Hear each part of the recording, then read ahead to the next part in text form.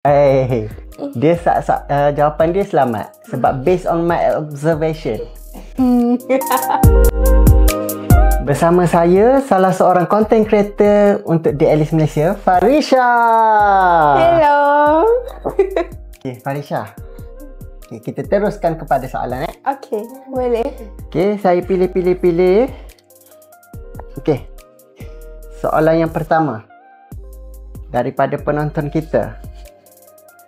Apakah kepentingan digital store? Digital store. Okay. Based on my observation, saya rasa digital store ni penting untuk orang-orang yang busy.